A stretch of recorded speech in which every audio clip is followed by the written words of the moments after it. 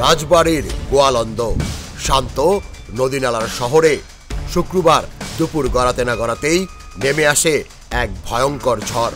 তৌহিদি জনতা পরিচয়ে একদল উত্তেজিত মানুষ ঝাঁপিয়ে পড়ে রহস্যময় ব্যক্তি নুরুল হক ওরফে নুরাল পাগলার দরবার শরীফ আর বাড়ির দিকে। মুহূর্তেই মাজার ঘিরে উত্তেজনা ছড়িয়ে পড়ে। প্রত্যক্ষদর্শীরা জানান, শুরুটা ছিল ইট পাটকেল ছোড়াছড়িতে, কিন্তু ক্রমেই দৃশ্যপট রূপ নেয় এক ভয়ঙ্কর সহিংসতায়। মাজারের দেয়াল টপকে ঢুকে পড়ে হামলাকারীরা, ভক্তদের উপর চালায় নির্বিচার হামলা, পুলিশের উপরও আঘাত হানে তারা। ভাঙচুর হয় সরকারি গাড়ি, চারিদিকে তখন আগুন আর আতঙ্কের ছায়া। সবচেয়ে বিভীষিকাময় মুহূর্ত আসে যখন অভিযোগ ওঠে নুরাল পাগলার কবর থেকে মরদেহ তুলে নিয়ে যাওয়া হয় মহাসড়কের পদ্মার মোড়ে।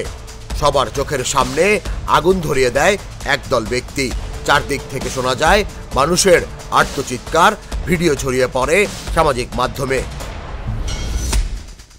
পুলিশ জানায়, ঘটনায় গুরুতর আহত 21 জনকে হাসপাতালে ভর্তি করা হয়েছে।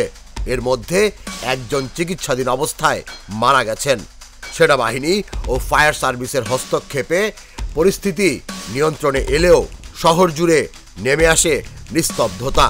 তবে বাতাসে তখনও জ্বলন্ত কবরের গন্ধ। প্রশাসনের দাবি, নুরুল হকের মৃত্যুর পর মাজারকে ঘিরে মতবিরোধ বেড়ে যাচ্ছিল। নিজেকে একসময় ইমাম মাহাদি বলে দাবি করা নুরাল পাগলার বিশেষ কায়দায় দাফন থেকেই জন্ম নেয় বিতর্ক। স্থানীয় আলেম সমাজ ও বিভিন্ন সংগঠনের চাপ ক্রমশ তীব্র হয়ে উঠছিল। শুক্রবার জুমার নামাজের পর পরিস্থিতি নিয়ন্ত্রণ হারায়। অন্তর্বর্তী সরকার ইতোমধ্যেই ঘটনাটিকে বর্বরোচিত বলে নিন্দা জানিয়েছে। কঠোর ব্যবস্থা নেয়ার ঘোষণা দিয়েছে প্রশাসনও।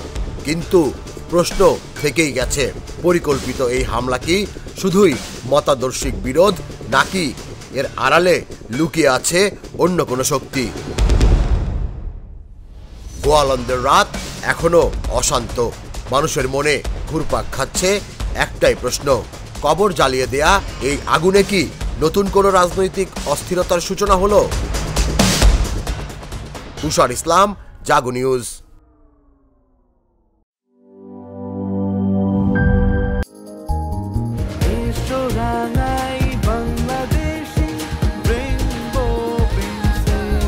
রেইনবো পেইন্টস, ছড়াও জীবনের রং।